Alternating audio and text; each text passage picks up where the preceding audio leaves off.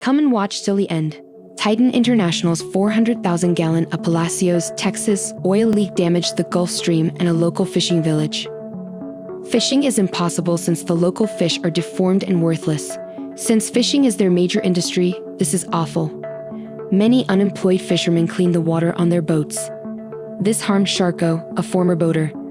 A dispersant blast from an aircraft caused him to dizzy and fall off his boat while cleaning it. This caused chemicals to appear on his face. He now has scars on half his face, an oxygen tank extension, and a blind eye. Due to a handicap, he can no longer work as a fisherman, although he was known as Sharko since he caught enormous fish and white sharks. Sharko spends his leisure time collecting oil-killed animals on the seashore and delivering them to Titan International's headquarters via snail mail so they may stink up. He also enjoys drinking at the Fisherman's Dive pub. One day, a fisherman claims that a school of mermaids surrounded his boat and attacked him, but no one believes him despite his odd stomach wounds. When the fisherman returned to the sea, Sharko speaks out. He believes there will be no more catches, so quit lying to yourself. Titan International deployed aircraft that dropped chemicals to seem helpful, but it would be foolish to expect more today. The senator who declared on national radio that they were working on it has had a lot of support from Titan International. So he is lying to make himself seem good and go to the White House. Sharko is irritated after the chat and sits in his vehicle to calm down. Breezy wants Sharko's unused boat, but Sharko vividly recalls the last time they attempted to work together. Breezy kept him waiting for 2 hours, and Sharko had to discover that Breezy had been detained. As Breezy yells at him, Sharko drives away. Sharko drinks in front of the TV every night. He turns on the radio to hear what other fishermen are doing when he misses the sea and cannot sleep. Sharko feels too enraged to hear that it is a great beach day. He departs instead. Sharko tosses an oily fish into his pickup on the seashore. He leans closer to investigate a shriek from the rocks as he prepares to depart. The mermaid is oil-covered. Sharko pokes the mermaid with a tree branch to check on her. Sharko covers her corpse under a cloth and carries it home. He struggles to pull the mermaid and his oxygen tank inside, but he succeeds. He fills the tub with ice and puts the mermaid in it while listening to the radio again, as he would to keep fish alive. Other fishermen have caught fish, but they are all shattered and unusable. Sharko looks in the mirror and covers his scars to recall his pre-injury appearance. Sharko dances around the house after catching a mermaid. The phone interrupts him. Another lawyer wants to help him sue Titan International. Sharko hangs up immediately because he does not want to repeat his sorrow for money, and no trial would restore him to his previous life. Sharko hears a peculiar sound from the restroom while drinking and watching TV in the evening. He discovers the mermaid alive and struggling to escape the tarp. Sharko grabs his pistol after closing the door. The mermaid leaps on him again. The mermaid bites Sharko's arm during their floor combat. Luckily, he brought a rope to rewrap her and bind her to the tub. Sharko raises his rifle at her and considers murdering her. But music in his ears makes him drop his gun. Sharko buys plenty of meat the following day. He cleans the mermaid's lungs with Q-tips when he comes home. He feeds her his various meats. After cutting a hole in the net, Sharko feeds the mermaid raw steak. He promises to return for supper after using the restroom. Sharko hears the tune in the restroom while watching TV at night. He brings the TV into the bathroom to watch a program with the mermaid. Sharko quotes bonanza phrases at the mermaid. This program helped his father learn English. Sharko falls asleep in the tub, unaware that the mermaid has been touching him. Sharko awakens at night to a peculiar sound. He finds Breezy has broken in and stolen the radio in the kitchen. Sharko threatens to contact the police, which angers Breezy. He destroys the radio and yells at Sharko for not giving him the boat. The bathroom sounds stop him. Breezy can navigate around Sharko and discover the mermaid in the tub. Breezy is thrilled about how much money they might earn by selling her, but Sharko says he is waiting for the water to grow cleaner before dumping her back in. Plans are halted when Breezy warns you that you cannot keep a mermaid in the pool. He takes equipment and builds a mermaid-sized glass aquarium in Sharko's living room the following morning. Sharko informs Breezy that his father taught him to take pleasure in one's profession. In return, Breezy shows him his father's smoking scars. He thinks the mermaid will help him prove himself. Sharko must warn him not to talk about her, or they will abduct her. Sharko suggests they be captain and deckhand again to calm Breezy. After the last rejection, Breezy is unsure, but Sharko informs him that he has always been harsh on him as a boss because he treats him like a son, as his father taught him. Breezy believes Sharko and is pleased to have a new father figure. Sharko fills the glass aquarium with water and drops the mermaid in after Breezy departs. She loves swimming again. Sharko prepares their evening meal. Since he loves the mermaid, he adds flowers and music. Sharko feeds the mermaid a raw steak and sits in front of the tank to eat while telling her about his dad. Due to Texas anti-immigrant policies, he struggled to obtain a job. Sharko saw his father shoot the clan away from their home when he was a toddler. Sharko has struggled since the accident, and losing his work seems like losing everything his father established for them. Sharko hears music and sees odd women while talking. Sharko opens the door to see the image of the lady standing there. She enters and feels the empty tank, proving to Sharko that she is the mermaid with a message for the sea. Everyone thanks Sharko for protecting them and being the only one who understands how harmful the oil is. To thank Sharko, the mermaid kisses him and cures his wounds. Sharko and the mermaid dance to Frank Sinatra and make up on the sofa. As he tells the mermaid thousands of fishing tales, he pulls off his shirt to show off his new muscles. Sharko informs her that he no longer wishes he had perished when he fell off the boat now that he has someone who loves him. Sharko spots automobiles in front of his residence some hours later. He orders the mermaid inside while he investigates. Sharko seems scared, showing he has been hallucinating. The fishermen, who came because Breezy informed them about the mermaid, own the automobiles. Since they caught nothing, Sharko was correct about the sea. They believe Sharko should capture the mermaid as a Groot to sell her and earn food again. Sharko fires the earth to frighten them away when his no fails. He repeats that he is the Water King and threatens to shoot them all. Fearful fishermen depart. Sharko returns to the tank where the mermaid is swimming. Her music still drives him wild, and he can still hear her concern in his thoughts. Sharko promises the mermaid they will always be together and invites her to swim. Sharko imagines them diving into the sea together at the beach as he climbs the ladder to the tank. He climbed the staircase and leaped into the tank, where the mermaid caught and ate him. And a red-dressed lady calls. She scores all the balls after saying she heard his desire. She then heavily kisses him outdoors. Elliot is frightened, particularly when she claims to have apocalyptic abilities. She even claims to be the devil. Elliot exits. He is surprised to find her there in different clothing. The devil throws flaming alcohol inside a vehicle and tells him his deepest secrets. He cries himself to sleep in an empty apartment. She dares him to wish. Elliot mocks a Big Mac and a big soda. The devil grants his request by bringing him to McDonald's and charging him. She drives Elliot in her sports car when he gets angry. When she brings him to her off-hours club, everyone cheers. They compete for Elliot's photographs. All the ladies desire him. She shows him her red male version at her workplace for fun. Because everyone asks about God, Elliot annoys her. She swiftly convinces him to accept her terms. Are you enjoying this video? Click that sexy subscribe button. 7 desires and soul surrender. Elliot hesitates, but the devil presents him with Allison alongside him. Motivated, he signs the deal without reading it. The devil gives him a pager and tells him to hit 666 if anything goes wrong. Elliot wants wealth, power, and Allison. He wakes up in bed with Allison and secretly celebrates. He learns Spanish downstairs. He is thrilled. He checks on his stallion and is thrilled with life. He sees Allison and Raul. Too near physically, Elliot removes his mustache in fury. His employees say the affair has been going on for a while. Elliot shouts at Allison. She shouts back that she hates him and considers him nasty. She throws stuff at him. Before he can act, his workers call to report industrial difficulties. His army frightens him. He knows he is a Colombian drug kingpin after seeing his stuff at the plant. Raul takes over. His guys have defected. He flees by helicopter. He drops the devil's pager while searching. He chases her and calls 666. He drives into America. The devil issues parking fines. She says Elliot never begged Allison to love him. She invites him to her room, as they do not know Allison's ideal guy. She rewires the traffic lights before departing, crashing all the automobiles. After Allison showers, the devil reads her diary in her chamber. The devil's magic blinds Allison. Allison loves emotional men, according to the devil. She even scoffs at the cheesy decision.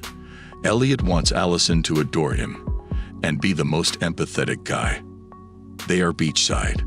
Sunset is romantic. Elliot makes vegan salads and cries at sunsets. The devil interrupts as they kiss. Elliot becomes emotional about everything. Dolphins, Allison's hair, the sunset again. He continues crying and interrupts her. 3 jocks approach them and toss sand.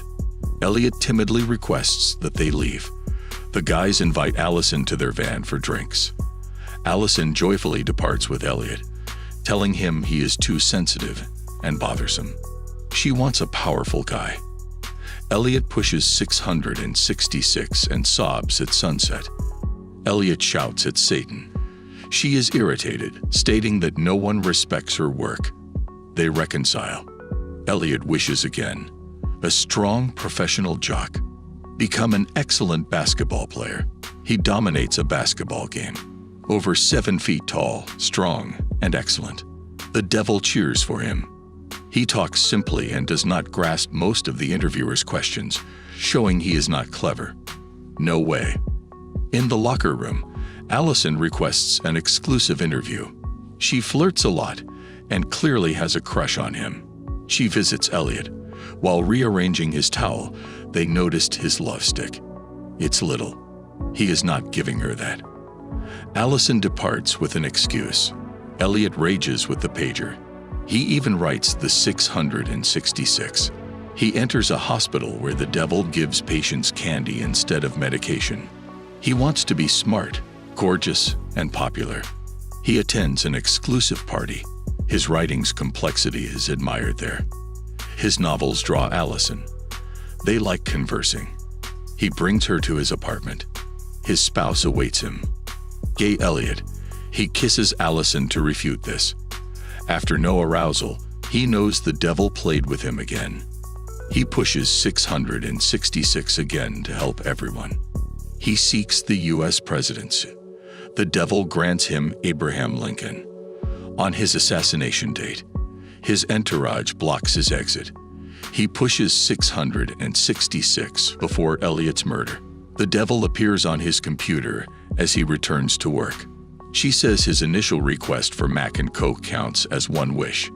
Elliot goes to church when the devil's loopholes irritate him. Elliot tells a priest he needs to pray. The priest promises to listen to God instead. Elliot recounts everything. The priest calls the cops on him. He attempts to explain at the police station, but they do not believe him. The devil imprisoned him. She suggests he utilize his final desire to escape before placing him in the cage. The cell has another prisoner. The guy laughs and says everyone's soul belongs to God when Elliot claims he sold his soul to the devil. The devil wants to trip him. He will make errors, but God will embrace him if he opens his head and heart. He smiles cryptically. He tells Elliot he is a terrific buddy. Elliot ponders all night. The next morning, he visits the Devil's Club. Despite their age, everyone is partying. He tells the devil he will not utilize his final request at his workplace. The devil claims the contract limits his time. Elliot's company. He wants more than wishes. He appreciates the trek there. The devil scowls. She becomes evil and forces him to make a wish or die. Elliot wishes Allison happiness. The devil grumbles and dumps him. Elliot awakens in a typical building. The devil assures him that one really selfless and kind request would invalidate the pact, saving his soul. That is because he did not read the contract. He rejoices. He asks the devil why she is so sweet to him. The devil says heaven and hell are on earth. He is everything. She appreciated his company and liked him. Elliot says she was his closest buddy. He returns to work and chats with Allison normally. He invites her out. Allison has a boyfriend and politely declines. Elliot maturely accepts the rejection. His office mates tease him. Elliot grabs and frightens one. They now respect him. He finds a new neighbor at home. She resembles Allison. She is Nicole. Elliot helps Nicole relocate. Dating follows. The devil, and maybe God play chess while they relax. Expectedly, Satan cheats. Come and watch till the end. 3 policemen notify Patrick, a farmer, that his brother, sister-in-law, and niece died in 1985. Only Jane, his older sister, survived. A bloody home corner found her shaving. Jane photographs abandoned houses. After the horrific event, she went to a foster home and forgot about her upbringing, family, and the day. She and Alan had Alice. Jane's relationship with Alan and Alice is strained due to her forgetfulness and school pickups. Jane visits her old residence while looking for new filming sites with Alice. She takes multiple pictures without understanding what they are. Alice communicates with a hidden Jack owner as her mom works. Jane calls the county assessor for this farmhouse's property records at home. Late night doorbell. Jane opens the door to find a parcel with the Jack Alice discovered and an unexpected bug. Jane obsesses over her final property after printing the picture. She forgets Alice until Alan calls. Jane fetches Alice. Alice allegedly called while driving. A woman says, Jane crashes after seeing a blonde girl. She wants you to come back, she says again, making her faint.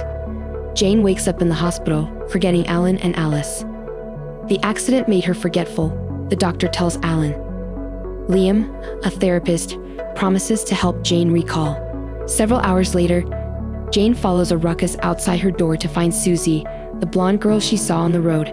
She tries to approach Susie, but she hides, and Alan and Alice, who are leaving for the night, stop her. Jane recalls them. After testing with Liam, Jane goes to bed and looks at many family photos to remember. A knock on the door awakens her from her sleep and reveals a box like the one at home. Dancer and agricultural scene on this box. The accident date broke Jane's heart. After hearing the doorbell at home, Alan hurries outside to get a crucial letter in an envelope. The next day, Alan gives Jane those papers and shocks her by informing her that the farmhouse belongs to her and that her uncle Patrick has been taking care of it. Liam feels a visit would help Jane forget seeking these papers and having an uncle. Jane asks Patrick about her. Jane's visit surprises Patrick. Jane does not think of Susie when the family sees Patrick a few days later. Patrick regrets sending Jane into foster care, but he wanted her to have a good life. Jane asks Patrick about her family after obtaining the home key. He claims they died at home. Jane remembers his support, but not him. Jane then expressed concern about her family's agricultural trip. She goes out the back door for air. She follows a strange sound to the field center and finds a red balloon with a key and a welcome home note. Alan and Alice find Jane's old bedroom. Alan must locate Jane's sister's room key. Alice cannot unlock an old music box and its toys. Alan locks the door. The next day, the family visits the town. Jennifer, an antique shop clerk, shows Jane a framed 1985 newspaper piece with a narrative about the event suggesting Jane was to blame. Liam calls Jane to confirm their meeting today. Jane can see Liam in the store, but he claims to be at his office. After calling, Jane follows Liam into the hay bale labyrinth. She is lost. Breaking walls, she departs. Jane rushes to her car and finds another little box. She opens it. Jane opens the package and sees half a picture of herself as a child, her fuzzy-faced mother, and her sister Susie. They will hear her. Alice wakes Jane up at home. Jane is confused and follows Alice to Susie's room, recalling her mother giving her sister the music box. Her daughter believes Alice is dead, and her mother and Susie's ghosts approach Jane. Jane observes Susie's device. Jane panics and rushes to her old room to discover her younger self shaving. Jane wakes Alan. While Alan sleeps, Susie crawls out from under the bed to tell them Jane has come. Jane leads Susie to the closet. After much fighting, Jane blinks and is in Alice's room with her daughter, holding Susie on the floor. Jane discovers a jack in her room after Alice jolts her mother. The next day, Jane sees Patrick for answers. Patrick says his brother was an alcoholic and quick-tempered worker who never abused his family. Jane saw the disaster alone. Alice apologizes for keeping Jane up all night at brunch. Jane asks Alan to take Alice to the lake before clarifying. Alice wants to go home after getting her wish since she feels terrible there. Jane enters Susie's room after Alan and Alice leave. Balloon keys open doors. After searching, she follows Susie through the ancient barn window. Jane finds their sheep fort in the old barn. The fort has Susie's asthma medicine, a Swiss Army knife, and Jane's key. Jane is warned to leave by Susie. Susie helps Jane escape the fort. Jane moves the sheets to the field. A box holds an old razor. Alice tells Alan about her weird dreams. Alice thinks her closet monster is the real menace, not Jane. Liam watches the family pack. Jane looks away as Alice races for the old barn. Susie tells Jane they must keep her. Jane clutches Alice before recognizing her. Alan comes before she does anything dreadful, and as Alice hurries back home, Alan shouts at Jane for harming his daughter as they follow her out. They are surprised to find the barn's Swiss Army knife in a smashed car wheel. Jane refuses to help Alice, who calls for help from within. She informs her parents that the monster under the bed is after her. Asthma ensued. Jane knows Susie did it. Alice and Alan descend, but the front door is locked. Jane steps back and enters. Alan asks a passing car to take Alice to the hospital while Jane looks for answers. Tag, you are it. Susie takes Jane to her room and unlocks the music box with the barn key after she performs. She finds 2 ballerinas matching the box and the other side of the portrait, indicating Liam is Jane's dad. Susie tells Jane to hide under the bed from the monster. Patrick brings Susie little gifts.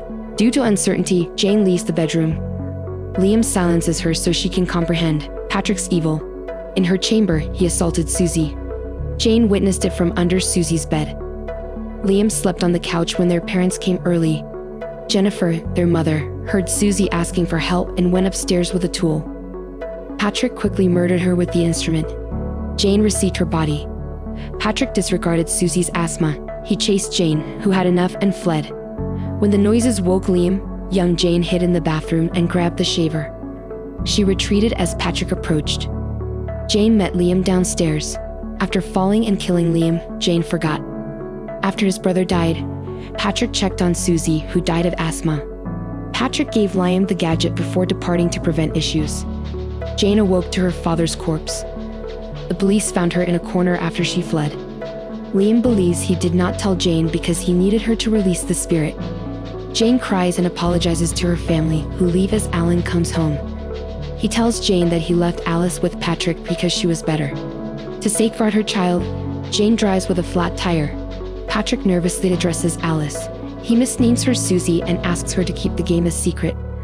When Alan and Jane arrive, he takes Alice to the barn. He shoots, approaching Alan. Jane may grab Patrick from behind while he is glancing at Alan. Patrick wakes up confined in Susie's chamber. To avenge the spirits, Jane imprisons him. Jane visits her family's grave to start a new life with Alan and Alice. Patrick's cries for help in the old barn go unheard.